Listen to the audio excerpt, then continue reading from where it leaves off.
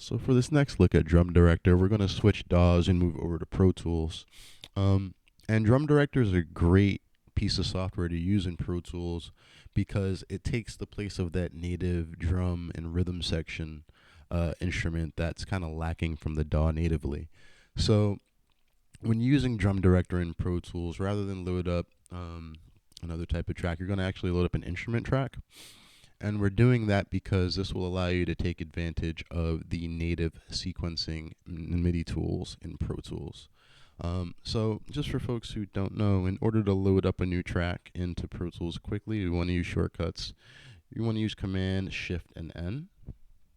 Just click over here, change focus. And that'll prompt up this new tracks menu. From here, you can add a variety of different types of tracks. In this case, we want to add just one stereo instrument track. Now to create that, we've already done that up here, so I'm just going to get rid of that.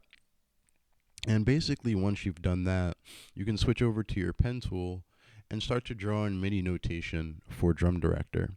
And what Drum Director will do is trigger off those pads just like in our last example, and everything will sync to the host tempo that you set up in Pro Tools. So for this example, we're actually going to take a little bit of a nod back to the past and cover an old RZA production, an old Wu-Tang Clan record called Wu-Tang Clan Ain't Nothing to F With. We have the original sample, which small fact, was actually a theme song from a cartoon called The Underdog cartoon.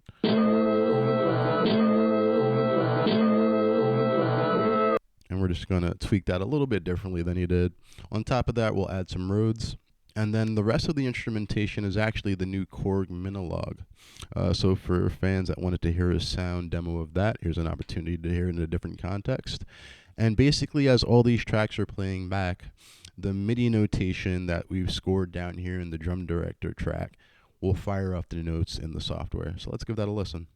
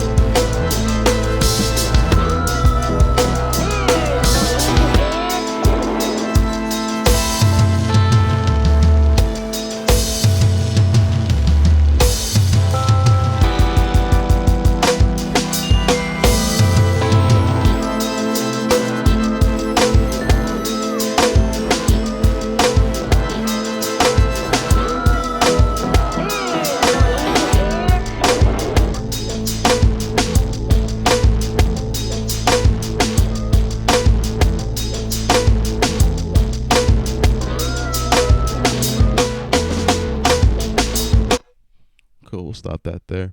And that's actually a really good point to discuss. One thing that I really like is that since these are all loops that will continue to loop independently, you can leave sections and phrases open, and those loops will kind of ring out a bit longer, so you get some of those really interesting extra fills that you didn't have to program manually with an actual MIDI note.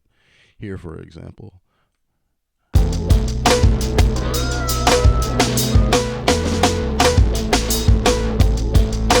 So all of that kind of space there allowed for the original sound of the sample to play through.